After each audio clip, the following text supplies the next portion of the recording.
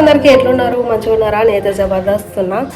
So మా మమ్మీని అయితే క్యాబేజ్ పకోడీ ఏమని చెప్పినా, నేను ఇప్పుడే బయటకు వెళ్ళి వస్తున్నా.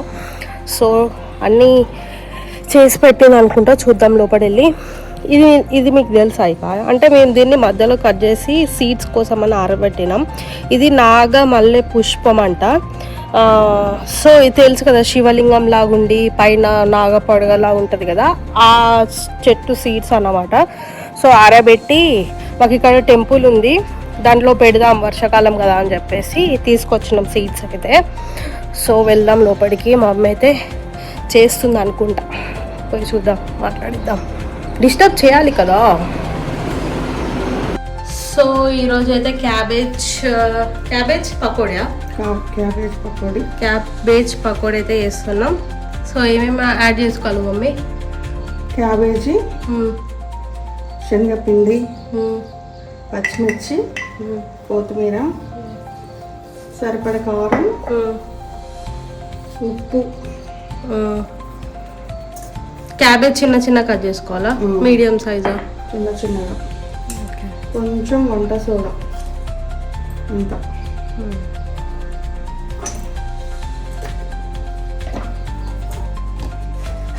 ఇప్పుడు కలుపుకోవాలా? అన్నీ మిక్స్ అయ్యేటట్టు కలుపుకొని తర్వాత సరిపడా చూసుకొని వాటర్ పోసుకోవాలి. బాగా లూజ్ అయ్యేటట్టు కలుపుకోవద్దు, ఆయిల్ ఎక్కువ పీలుస్తూ ఉంటుంది అట్లా కలిపితేనే. చూసుకొని సోడా కూడా కొంచెం యాడ్ చేయాలి కదా.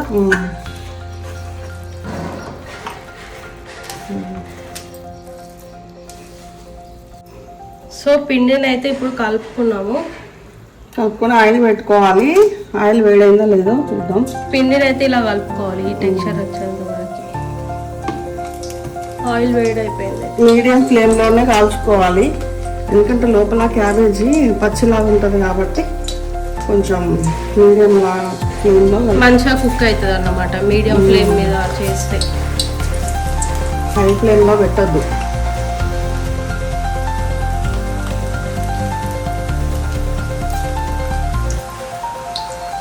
ఇట్లా పకోడీ వేసుకున్నలా వేసుకోవాలా?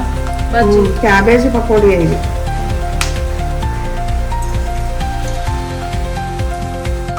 మంచి గోధుమ రంగు వచ్చేంత వరకు కాల్చుకోవాలి, తర్వాత తీసేయాలి.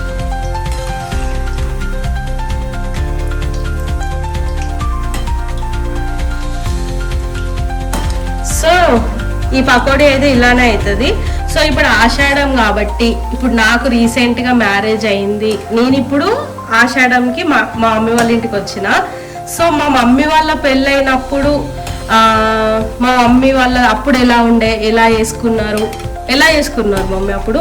అప్పుడు అంతా ఉమ్మడి ఫ్యామిలీ ఉండేది కాబట్టి ఖచ్చితంగా ఒక 1 month అమ్మ వాళ్ళ ఇంటికి వెళ్ళే వాళ్ళం. అత్తమ్మ వాళ్ళు కూడా 1 month అక్కడే ఉంచేవాళ్ళు. అంటే మీ అత్తమ్మ వాళ్ళతోటే ఉండేవాళ్ళు అప్పుడు? నాన్నమ్మ వాళ్ళ ఇంట్లోనే అందరం కలిసి ఉండేవాళ్ళం. 1 month అమ్మమ్మ వాళ్ళ ఇంటికి వెళ్ళిన తర్వాత 1 month అంటే శ్రావణ మాసం వచ్చిన తర్వాత శ్రావణ పట్టే చీర కట్టి మళ్ళీ నానమ్మ వాళ్ళు, అంటే నానమ్మ వాళ్ళు వచ్చి చీర పెట్టి తీసుకొచ్చింది ఇక్కడికి. అట్లా అప్పుడు అట్లా ఉండేది. ఇప్పుడు ఉమ్మడి ఫ్యామిలీస్ లేవు, ఎవరి లైఫ్ స్టైల్ వాళ్ళలాగా ఎక్కడెక్కడ ఉంటున్నారు కాబట్టి ఇవన్నీ ఏం పద్ధతులు అసలు ఎవరు పట్టించుకోవట్లేదు. ఇప్పుడు యాక్చువల్గా నేను మా అత్తమ్మ వాళ్ళతో ఉండను, నేను హైదరాబాద్లో సపరేట్ ఉంటాను. అవసరం లేదు నేను రావడం, కానీ ఇట్లా ఉంటది, నేను కూడా ఆషాఢంకి వచ్చిన ఉండడం కోసం మా అమ్మ అయితే పిలిచింది అన్నమాట నన్ను. అంటే ఎప్పటికి గుర్తుంటాయి కదా మన ఆచారాలు కూడా, మన ఫార్మాలిటీస్ మనం కొంతవరకైనా మనం పాటించాలి పెద్దలు చెప్పిందని. ఓకే, ఇప్పుడు అయింది ఇది పకోడీ అయితే. ఇలా కలర్ వచ్చేంత వరకు అయితే మనం మంచిగా కుక్ చేసుకోవాలి.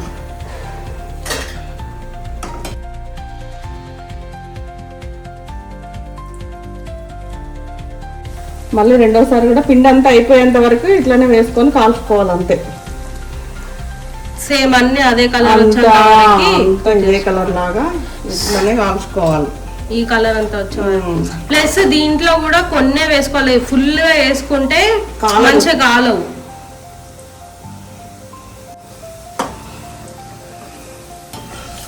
సో అప్పుడు ఆషాఢం 1 month ఇప్పుడు ఎప్పుడైనా ఆషాఢం 1 month, కాకపోతే అప్పుడు ఖచ్చితంగా 1 month అక్కడే ఉంచేవాళ్ళు. ఇప్పుడు 1 week అని 10 days అని 15 days అని అట్లా చేస్తున్నారు. కొంతమంది అసలు పట్టించుకోవట్లేదు. అంటే వాళ్ళ బిజీ షెడ్యూల్, వాళ్ళ జాబ్స్ పరంగా అది వీళ్ళబ్బక రావట్లేదు పిల్లలు.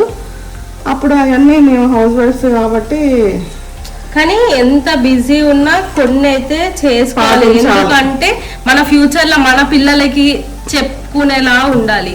సో మన జనరేషన్ వరకే అది ఆగిపోతే మన ఫ్యూచర్ లో చెప్పుకోవడానికి ఉండదు. అందుకే కదా నేను ఇప్పుడు రమ్మన్నది.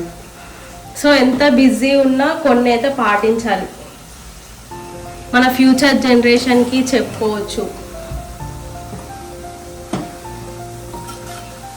సో ఇవి అయిపోయిన దాని తర్వాత ఈ పకోడీ అయితే మేము ఒక ఏమంటారు, ఇప్పుడు రాక్ పేపర్ సీజర్ ఒక ఛాలెంజ్ అయితే ఆడుతున్నారు కదా. సో మేము అది ట్రై చేద్దాం అనుకుంటున్నాం. మా మమ్మీ నేను చూస్తాం, చేద్దామా మమ్మీ? చేద్దాం. చూద్దాం.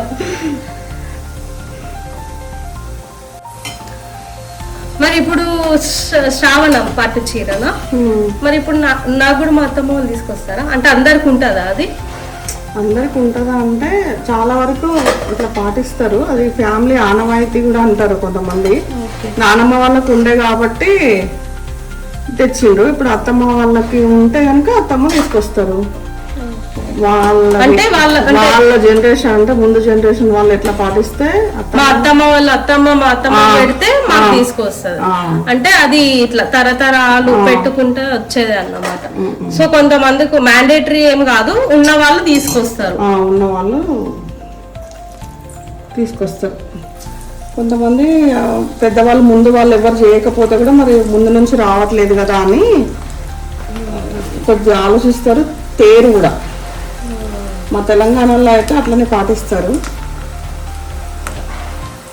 ప్లస్ ఈ ఆషాఢంలో మనకు మేము చిన్న ఉన్నప్పుడు అయితే చెట్ల తీర్థాలు ఇప్పుడే కదా మమ్మీ, వన భోజనాలు అనేవాళ్ళు. చెట్ల తీర్థాలు ఆషాఢ మాసంలో వన భోజనాలకు వెళ్ళేవాళ్ళు. తెలంగాణలో చెట్ల తీర్థాలే, వన భోజనాలు కాదు, చెట్ల తీర్థాలనే తెలుసు. మాకైతే చెట్ల తీర్థాలనే తెలుసు. వర్షం పడుతుంటే చెట్లలోకి వెళ్ళి అందరు కలిసి ఒక 10-15 ఫ్యామిలీస్ ఒక కాలనీ వాళ్ళందరూ కలిసి ఇట్లా సరదాగా వెళ్ళేవాళ్ళు. ఇప్పుడు కూడా వెళ్తున్నారు కానీ చాలా తక్కువ, తగ్గిపోయిందండి. చాలా అంటే చాలా తక్కువ. కానీ ఆ డే అంతా చెట్లలోనే ఉండి వండుకొని ఇయర్కి ఒకసారి అట్లా సరదాగా స్పెండ్ చేసేవాళ్ళు. మంచిగా సరదా అంతా ఒక ఫ్యామిలీ లాగా ఉండేవాళ్ళు అప్పుడు. ఇప్పుడు అవేం లేదు. వెళ్దాము అంటే అట్లాంటి ఎంజాయ్మెంట్ కావాలి అన్నా కూడా నేచర్, అది నేచర్ ని మనం ఆస్వాదించటంలో ఆ హ్యాపీనెస్ వేరు. ఇప్పుడు అంతా పిల్లలు అదంతా ఇష్టపడట్లేదు, రమ్మన్నా రావట్లేదు. పెద్దవాళ్ళు పిలిచినా ఈ పని ఉంది ఆ పని ఉందని ఇక సర్లే మేమే వెళ్ళి ఏం చేస్తాం అన్నట్టు మేము కూడా ఇంట్లోనే ఉండిపోవాల్సి వస్తుంది. అంతే కదా, ఆ పిల్లలు అందరు వస్తేనే కదా సరదా ఉండేది. ఇక వాళ్ళ పనులలో వాళ్ళు బిజీ అయిపోతూ ఉన్నారు. సరేలే అన్నట్టు ఎవరికి వాళ్ళు తగ్గిపోయింది. ఆ డేస్ నేను చిన్న ఉన్నప్పుడు ఆ డేస్ అయితే మంచిగా అనిపించేది. మేమైతే మా అమ్మమ్మ వాళ్ళు తీసుకెళ్లే వాళ్ళు. మా అమ్మమ్మ వాళ్ళ ఇంటి దగ్గర ఒక 10-15 ఫ్యామిలీస్ అందరం కలిసి వెళ్ళే వాళ్ళం అక్కడికి. కానీ మంచిగా అనిపించేది, మంచిగా అనిపించేది అసలు. ఓన్లీ కానీ ఈ ఆషాఢంలోనే ఉండేది అది కూడా. అండ్ మా దగ్గర సైడ్ పిల్లని చేస్తారు. సైడ్ పిల్లనే కదా మమ్మీ? సైడ్ పిల్ల. మీ దగ్గర ఏమంటారు అంటే ఊరికి డిఫరెంట్ నేమ్స్ ఉంటాయి. మా దగ్గర అయితే సైడ్ పిల్ల అంటారు. అది ఆషాఢంలో అంటే వర్షం కాలం స్టార్ట్ అయినప్పుడు తొలి ఏకాదశి ముందు అట్లా చేస్తారండి తెలంగాణలో అయితే. ఆషాఢం అంటే ఈ సైడ్ పిల్ల అనేది మాత్రం సింగరేణి కాలనీస్, సింగరేణి ఏరియాలో మాత్రం తప్పకుండా చేస్తారు. ఇంకా దానికి అంత రీజన్ అంటే నాకైతే తెలీదు. ముందు నుంచి ఇప్పుడు తాతయ్య వాళ్ళు జాబ్ చేసినప్పటి నుంచి ఇది వస్తుంది. కానీ ఏంటి అంటే డ్యూటీకి వెళ్ళి వచ్చేటప్పుడు రోడ్ సైడ్ ఇట్లా యాక్సిడెంట్స్ కానీ ఇట్లా ఏం జరగకుండా అని చెప్పేసి రోడ్ సైడ్ అమ్మవారి మైసమ్మకి అయితే మేకను కానీ లేకపోతే కోడిని కానీ ఏదో ఒకటి చేసుకుంటారు అన్నమాట. సో ఈ సైడ్ పిల్ల అనేది అందరూ చేస్తారని కాదు, కొన్ని ఊర్లలో చేయొచ్చు, కొన్ని ఊర్లలో చేయకపోవచ్చు. నాకైతే ఐడియా లేదు పెద్దగా. సో మా ఊర్లో అయితే చేస్తారులే కానీ పిల్లవటాలు అట్లా వేరు వేరు దాని పేర్లు వేరు ఉంటాయి అనుకుంటా.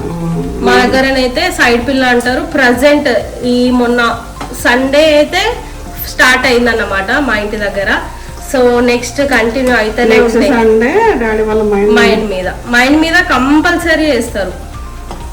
ఎందుకంటే అంత హెవీ వెహికల్స్ అవన్నీ ఉంటాయి కాబట్టి అందరూ వాళ్ళు అక్కడ ఖచ్చితంగా చేస్తారు. ఫుల్ వేడి ఉంది అసలు. అవును, అసలు వర్షాకాలం లాగానే లేదు మమ్మీ. నిన్ననే అన్నా నేను వీడియో చేస్తుంటే, వర్షాకాలం లేదు. అసలు ఈ టైంకి వర్షాలు పడాలి. ప్రాబ్లం వల్ల ఇవంతా అసలు మామూలుగానే ఇటు కోల్బెల్ట్ ఏరియాలో ఫుల్ వేడిగా ఉంటది. మాది కోల్బెల్ట్ ఏరియా అండి. నార్మల్ గానే వేడి ఉంటది, డస్ట్ కూడా కొంచెం ఎక్కువ ఉంటది, మైన్స్ దగ్గర ఉంటాయి కాబట్టి. సో ఇంకా సమ్మర్ అయితే చెప్పని అవసరం లేదు. చాలా అంటే చాలా బయట కంటే 2-3 degrees 4-5 degrees ఎక్కువనే ఉంటది వేడి. వితౌట్ ఏసీ అయితే ఈ జనరేషన్ వాళ్ళు, వచ్చే జనరేషన్ వాళ్ళు అయితే ఉండలేరు కోల్బెల్ట్ ఏరియాలో. ఇప్పుడైతే అసలు నార్మల్ గా లేదు వేడి. ఎండాకాలం కంటే ఇంకెక్కువ ఉడకపోతుంది. సో వర్షాకాలం లెక్కనే మాకు అనిపిస్తుంది. అంటే హైదరాబాద్ లో ఇంత లేదు మమ్మీ ఎండ. నేను దాన్ని అనుకునే ఇక్కడ ఉన్నామని చెప్పిన.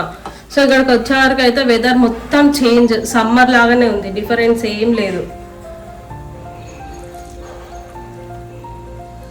మా చుట్టూ కోల్బెల్ట్ ఏరియాసే ఉంటాయి, అంటే అన్ని మైన్సే ఉంటాయి అన్నమాట. సో మాకు హీట్ అనేది ఎక్కువ ఉంటుంది. మాకే ఇంత దూరంలో ఉన్న వాళ్ళకే హీట్ ఉంటే, ఇంత ఎక్కువ ఉంటే మైన్స్ లో ఎంత ఉంటుందో ఆలోచించండి. ఒక్కొక్కసారి మైన్స్ లో ఇట్లా అంటే మంటలు కూడా వస్తాయంట. ఫైర్ అవుతుంది హోల్ అంతా ఫైర్ అవుతుంది. హీట్ కి దానికి అదే మంట అనేది వస్తుందంట మైన్స్ లో. మా డాడీ చెప్తారు. అంటే అంత హీట్ ఉంటది. మా డాడీ వెహికల్ లో ఏసీ ఉన్నా కూడా ఏసీ లేనట్టే ఉంటదంట ఫీలింగ్. అంటే అంత వేడి. అది కోల్బెల్ట్ ఏరియా కష్టాలు. సింగరేణి ఏముంది అంటారు కానీ సింగరేణిలో చాలా అంటే చాలా ప్రాబ్లమ్స్ ఉంటాయి, కానీ అది ఎవరు కనిపించదు. ఏదో ఒకటి చేసుకొని బతకాలి కాబట్టి ఇది చేయాలి, కానీ లేకపోతే చాలా హెల్త్ ఇష్యూస్ ఎక్కువ. డస్ట్ వల్ల హెల్త్ ఇష్యూస్ ఎక్కువ, డేంజరస్ ఇది. మళ్ళీ జెంట్స్ కి ఇప్పుడు జాబ్ చేసే వాళ్ళకి health issue, lungs problem, back pain, ఇట్లా చాలా ప్రాబ్లమ్స్ వస్తాయి. ఆ డస్ట్ అంతా వెళ్ళి లోపలికి లంగ్స్ లో ప్రాబ్లం అవుతుంది. చాలా డేంజర్. జాయింట్ పెయిన్స్, మోకాల నొప్పులు, చాలా బ్యాక్ పెయిన్ కానీ అన్ని ఎక్కువనే. అన్ని కాకపోతే ఇంకా మరి బతకటానికి చేయాలి, ఏదైనా అట్లనే ఉంది కదా అన్నట్టు చేయాల్సిందే తప్ప ఇది అంత ఇదే ఉండదు. కానీ చాలా మందికి సింగరేణి అంటే ఏంటో తెలియదు మమ్మీ. అంటే వాళ్ళకు తెలియదు కదా, ఏమనుకుంటారు బాగుంటది. అసలు సింగరేణి ఉంది అని కూడా తెలీదు చాలా. మనము అటు తిరుపతి సైడ్ వెళ్తే సింగరేణి అంటే ఏంటి అని అడిగిండ్రు మొన్న. మా ఫ్రెండ్స్ కూడా చాలా మంది సింగరేణి అంటే ఏంటి, తిరుపతి సైడ్ అయితే చాలా మంది అడిగిండ్రు. ఇదంతా తెలియదు వాళ్ళకి. వేములవాడ తెలియదు, వేములవాడ ఎక్కడ ఉంటది అది అని అడిగిండ్రు వాళ్ళు. అక్కడ కొంతమంది అంటే అట్లా అన్ని ప్లేసులు అందరికి తెలవాలని ఉండదు కదా. కానీ ఎంతైనా సింగరేణిలో వర్క్ చేసే వాళ్ళైతే, వర్క్ చేసే వాళ్ళైతే రియల్ హీరోస్ అని చెప్పారు. అంటే వెళ్ళి మళ్ళీ డ్యూటీకి వెళ్ళి ఇంటికి వచ్చేంత వరకు టెన్షనే. అవును, అంత ముందు మొబైల్స్ కూడా లేవంట మా మమ్మీ వాళ్ళ కొత్తలో. సిగ్నల్స్ ఉండక సో ఇంటి నుండి వెళ్ళిన మనిషి లేదు. ఇప్పుడు కూడా ఎలా ఉండదు, పైన పెట్టి వాళ్ళకి ఒకటి బాక్స్ టైప్ ఉంటది, లాకర్ లా ఉందా, లాకర్ లో పెట్టుకుని వెళ్తారు. మళ్ళీ పైకి వచ్చినాక తీసుకుని వస్తారు. లోపల డ్యూటీ చేసినంత సేపు ఫోన్ ఎలా సిగ్నల్స్ ఉండవు, తీసుకెళ్లారు కూడా లోపలికి. అండర్ గ్రౌండ్ లో చేసే వాళ్ళదైతే ఇంకా ఘోరం. అసలు బండ గూలి చనిపోయిన వాళ్ళు ఎందరో ఇప్పటికి కూడా చాలా జరుగుతాయి. కాకపోతే బయటికి రావు, చాలా మంది తెలీదు, బయటకు రావు అసలు. లోపలనే అన్ని అయిపోతాయి. కానీ చాలా అంటే చాలా రిస్క్ తో కూడిన పని సింగరేణి. ఎయిర్ అందక కూడా చాలా మంది ఇది అవుతా ఉంటారు. ఆక్సిజన్ ఉండదు, ఎయిర్ ఉండదు. అసలు బయట అసలు లోపలనే బయటది ఏం కనిపించదు వాళ్ళకి, అండర్ గ్రౌండ్ లో ఉండే వాళ్ళకి. సో సింగరేణి చాలా హార్డ్ ఇక, అనుకున్నంత ఈజీగా అయితే ఉండదు సింగరేణి వర్క్. ఉండదు. సో ఇవన్నీ వేసుకుంటేనైతే ఇన్ని టాపిక్స్ అయితే మాట్లాడుకున్నాం. ఫైనల్లీ పకోడీ కూడా అయిపోయింది, ఎన్నో ముచ్చట్లు చెప్పుకున్నాం. సో ఇవైతే టేస్ట్ చేసి మనం ఏదైతే రాక్ పేపర్ సీజర్ గేమ్ అనుకున్నామో, నేను మా మమ్మీని కొంచెం రిక్వెస్ట్ చేస్తా, ఆడు ఆడు ఆడు అని చెప్పి. మామూలుగా అయితే అలాంటివి ఏం ఆడనండి.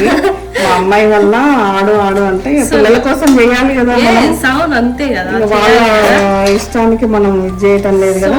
రెడీ, మా పాప కోసం చేస్తున్నా. సో ఇవి అయితే రాక్ పేపర్ సీజర్ ఆడదామని అయితే మా మమ్మీని అడుగుతా. So compulsory like, share and subscribe చేసుకోండి. కంపల్సరీ కొంచెం అయితే సపోర్ట్ చేయండి. మా పాప ఛానల్ తప్పకుండా చూడండి, సపోర్ట్ చేయండి ప్లీజ్ అండి. Thank you, bye.